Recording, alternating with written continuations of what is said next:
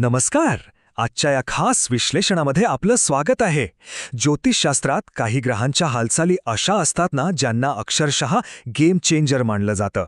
आज आपण अशाच एका बहुचर्चित आणि अत्यंत रहस्यमय खगोलीय घटनेवर चर्चा करणार आहोत.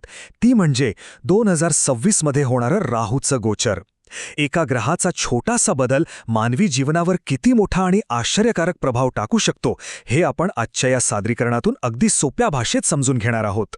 तर मुळात ही खगोलीय घटना आहे तरी काय, हे आपण आधी समजून घेऊया. दृक पंचांगच्या अतिशय अचूक गणनेनुसार राहू त्याची चाल बदलतोय. तो शतभिषा नक्षत्राच्या दुसऱ्या चरणातून म्हणजेच दुसऱ्या पदातून बाहेर पडून पहिल्या पदात प्रवेश करणार आहे. हे केवळ एक साधं स्थित्यंतर अजिबात नाहीये. हे एका अत्यंत केंद्रित आणि शक्तिशाली ऊर्जेचं संक्रमण आहे, जे एका विशिष्ट कालावधीसाठी आपल्याला पाहायला मिळेल. या गोचराची अचूक कालमर्यादा समजून घेणं खूप गरजेचं आहे. 31 मे 2026 या दिवशी राहू शतभिषा नक्षत्राच्या पहिल्या पदात प्रवेश करेल आणि त्यानंतर तो तिथेच राहील आणि थेट 2 ऑगस्ट 2026ला तिथून पुढे धनिष्ठा नक्षत्रात प्रवेश करेल. या 2 तारखांमधला जो काळ आहे ना, तोच खऱ्या अर्थाने या संपूर्ण घटनेचा मुख्य केंद्रबिंदू असणार आहे. आता तुमच्या मनात विचार आला असेल की हा काळ नेमका किती दिवसांचा आहे. तर हा आकडा आहे बरोबर 64 दिवसांचा. होय, फक्त 64 दिवस. पण हा आकडा अत्यंत महत्त्वाचा आहे बरं का, कारण या अल्पशा काळात राहूची ऊर्जा अक्षरशः शिगेला पोचलेली असेल.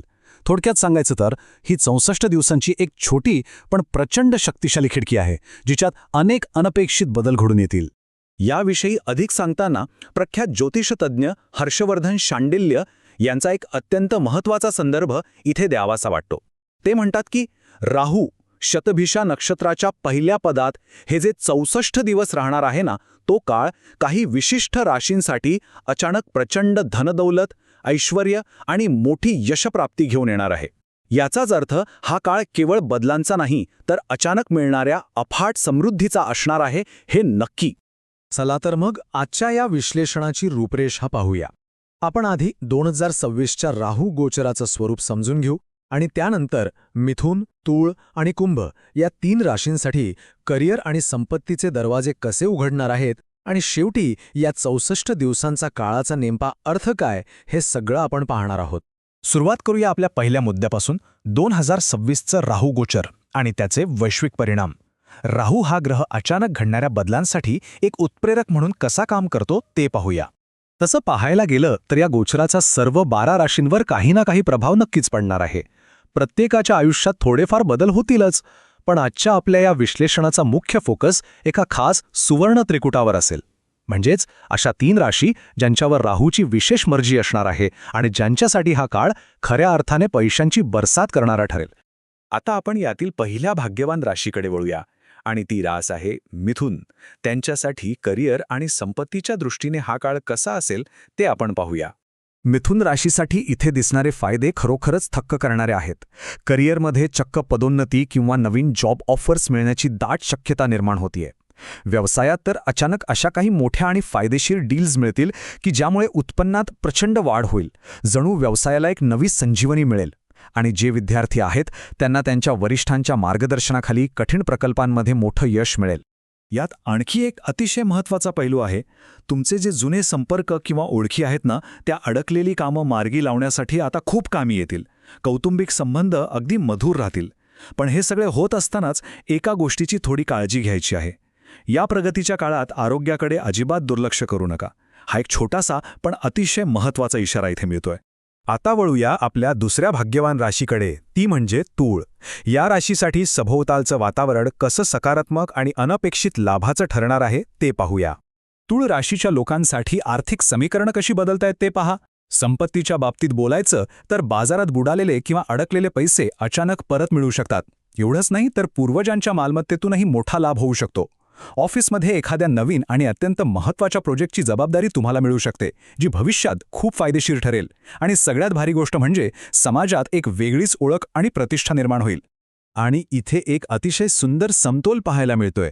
एका बाजूला तूळ राशीचे लोक त्यांच्या व्यावसायिक आयुष्यात नवनवीन उंची गाठत असतील, तर दुसऱ्या बाजूला त्यांच्या वैयक्तिक आयुष्यात आणि प्रेमसंबंधांमध्ये गोडवा असेल.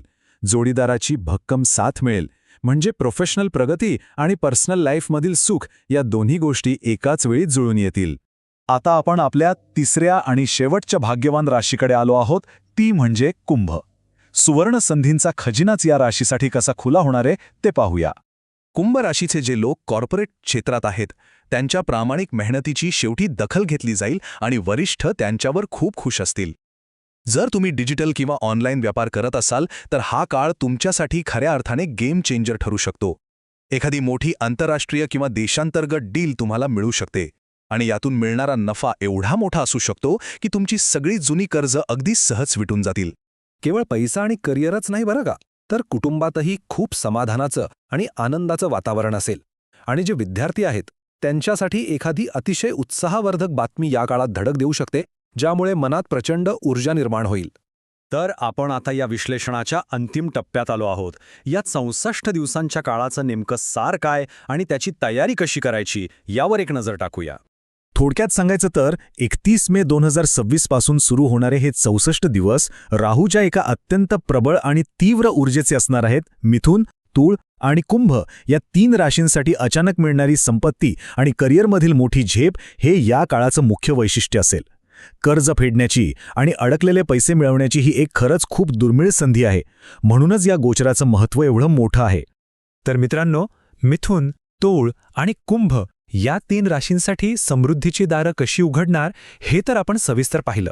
पण इथे एक अत्यंत कुतूहल निर्माण करणारा प्रश्न उभा राहतो. या सुवर्ण त्रिकुटाव्यतिरिक्त बाकीच्या ज्या 9 राशी आहेत त्यांच्या आयुष्यात 2026चे हे खगोलीय बदल काय उलथापालव घडवून आणतील? त्यांच्यासाठी हे ग्रहमान काय वाढून ठेवणार आहे? या प्रश्नावर नक्की विचार करा. आजच्या या विश्लेषणात सहभागी झाल्याबद्दल खूप खूप धन्यवाद. पुन्हा भेटूया अशाच एका रंजक सादरीकरणासह.